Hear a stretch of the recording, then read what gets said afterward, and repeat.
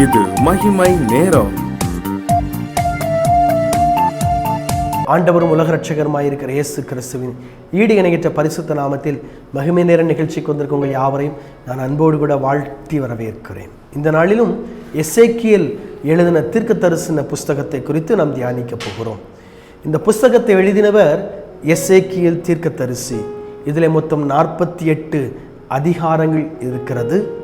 வசனங்கள் 1273 வசனங்கள் இருக்கிறது. இது எழுதப்பட்ட காலம் கிறிஸ்துவுக்கு முன் 593 571 வரைக்கும்.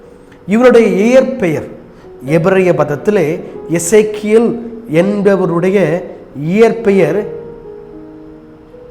என்ன சொல்லி பார்த்தீங்கன்னா, எபிரேய பதத்திலே எபிரேய வார்த்தையிலே எசேக்கியேல் என்கிற பதம் பயன்படுத்தப்படுகிறது. இந்த பதம் எபிரேய பதம் பயன்படுத்தப்படுகிறது. இஹெசேக்கேல் என்கிற பதம் பயன்படுத்தப்படுகிறது.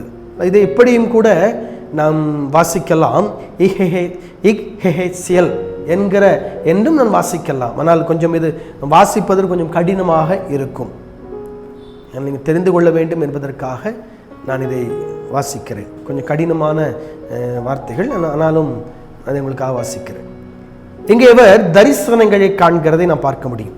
இந்த தீர்க்க தரிசன புஸ்தகம் முழுவதும் தரிசனங்களை காண்கிற ஒரு புஸ்தகம். தரிசனத்தை எசேக்கியேல் தரிசனத்தை அநேக தரிசனங்களை இவர் காண்கிறார். முதல் கிட்டத்தட்ட 4 தரிசனங்கள், இதில் முதல் பிரிவிலே 4 தரிசனங்களை இவர் காண்கிறதை நாம் பார்க்க முடியும். இங்கே முதல் தரிசனம் என்ன அப்படின்னு சொல்லி பார்த்தோம் அப்படின்னு சொன்னால், எசேக்கியேல் எழுதின தீர்க்க தரிசன புஸ்தகம் 1ஆம் அதிகாரம். எசேக்கியேல் எழுதின தீர்க்க தரிசன புஸ்தகம் 1ஆம் அதிகாரம், அதனுடைய 10ஆம் வசனத்தை நான் வாசிக்கிறேன். 9ஆம் வசனம் கிட்டத்தட்ட 10ஆம் வசனத்தை விட அதனுடைய 5ஆம் வசனத்திலிருந்தே கிட்டத்தட்ட வாசனம் அது நமக்கு தெளிவாக புரியும். அதன் நடுவில் இருந்து 4 ஜீவன்கள் தோன்றின. அவைகளின் சாயல் மனுஷனின் சாயலாக இருந்தது. அவைகளில் ஒவ்வொன்றுக்கும் 4 முகங்களும் ஒவ்வொன்றுக்கு 4 சட்டைகளும் இருந்தன. அவருடைய கால்கள் நிமிர்ந்த கால்களாயிருந்தன.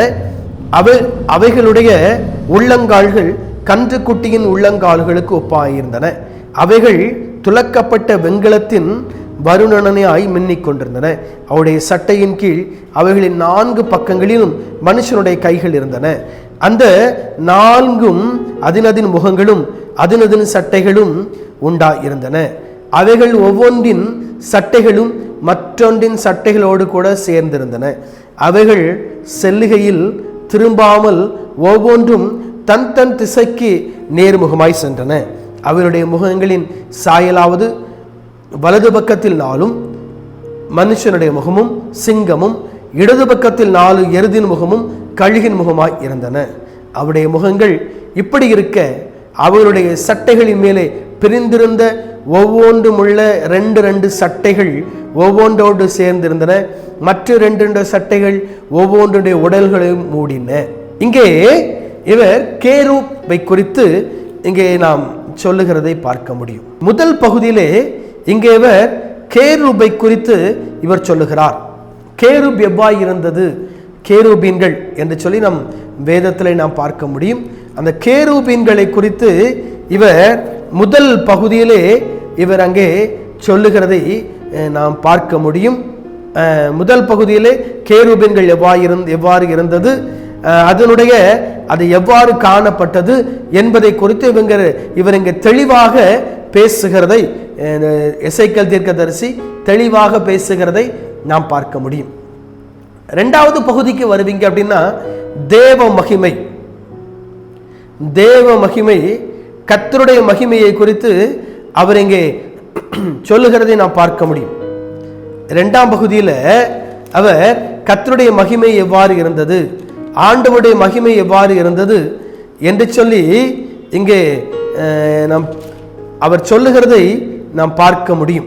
கர்த்தருடைய மகிமை எவ்வாறு இருந்தது அல்லது ஆண்டவருடைய மகிமை எவ்வாறு இருந்தது என்கிறதை இவர் இங்கே சொல்லுகிறதை இந்த எசேக்கியேல் தீர்க்க தரிசன புஸ்தகத்திலே இவர் சொல்லுகிறதை நாம் பார்க்க முடியும்.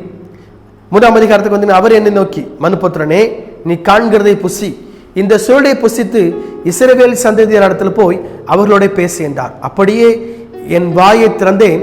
அப்பொழுது அவர் அந்த சுருளை எனக்கு புசிக்க கொடுத்து, மனுபுத்திரனே, நான் உனக்கு கொடுக்கிற அந்த சுருளை உன் வயிற்றுக்குள்ளே உட்கொண்டு அதனாலே உன் குடல்களை நிரப்புவாயாக என்றார். அப்பொழுது நான் அந்த புஸ்தகத்தை, அது என் வாய்க்கு தேனை போல தித்திப்பாயிருந்தது. பின்பு அவர் நோக்கி, மனுபுத்திரனே, நீ போய் இஸ்ரவேல் சந்ததி இடத்துல சேர்ந்து என் வார்த்தைகளை கொண்டு அவர்களோட பேசு. இங்கே கர்த்தருடைய மகிமையை குறித்து அவர் புசிக்கிற அந்த மகிமையான சுருளை குறித்து அவர் சொல்லுகிறதை நாம் பார்க்க முடியும். தொடர்ந்து பார்த்தீங்க அப்படின்னு சொன்னா, இங்கே அவர் பல காரியத்தை அவர் பேசுகிறதை நாம் பார்க்க முடியும். இங்க இன்னொரு காரியத்தை சொல்றாரு. இவர் என்ன சொல்றாருன்னா, உவமையின் மூலமா, அதாவது எசேக்கியேல் தன்னைத்தானே மாற்றிக்கொண்டு இவ்வாறு நடக்கும் என்று சொல்லி இஸ்ரவேல் புத்திரருக்கு அவர் சொல்லுகிறார். 5ஆம் அதிகாரத்துக்கு நீ வருவீங்க அப்படின்னா, பின்னும் அவர், மனுபுத்திரனே, சவரகன் கத்தியாகிய கருக்கான கத்தியை வாங்கி அதனாலே உன் தலையையும் உன் தாடியும் சிரைத்து கொண்டு பின்பு நெருக்கம் திராசை எடுத்து அந்த மயிரை பங்கிடுவாய். 3 ஒரு பங்கை எடுத்து முற்றுகை போடும் நாட்கள் முடிகிற போது நகரத்தின் நடுவிலே அக்கினியால் சுட்டரித்து 3 ஒரு பங்கை எடுத்து அதை முற்றிலும் கத்தியால் வெட்டி 3 பங்கை எடுத்து காற்றிலே துற்ற கடவாய். அவைகளின் பின்னாக நான் பட்டயத்தை உருவுவேன்.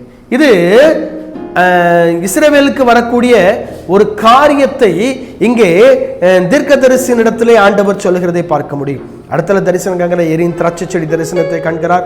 உயிரடை எலும்பு தரிசனத்தை காண்கிறார். 3ஆம் பிரிவுக்கு வந்தீங்கன்னா எருசலேமின் அழிவுக்குரிய முந்தினதை சொல்லுகிறார். எருசலேமின் அழிவை குறித்து சொல்லுகிறார். எருசலேமின் அழிவுக்கு பின்புன காரியத்தை சொல்லுகிறார். அவ்வளவு வலிமையான தீர்க்கதரிசி இந்த எசேக்கியேல் தீர்க்கதரிசி. கர்த்தருடைய ஆவியானவராலே நம்மோடு கூட பேசினார். தொடர்ந்து கர்த்தருடைய ஆவியான நம்மோடு கூட இடைப்படுவாராக.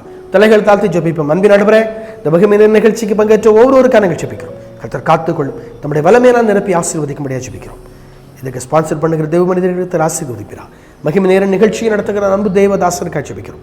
கர்த்தர் இன்னும் இந்த மகிமை நேரம் டிவியை கர்த்தர் ஆசீர்வதிக்கும்படியாக ஜெபிக்கிறோம். பெரிய காரியம் இயேசு கிறிஸ்துவின் வல்லமையான நாமத்தில் ஜெபிக்கிறேன், மாறாத பிதாவே, ஆமென்.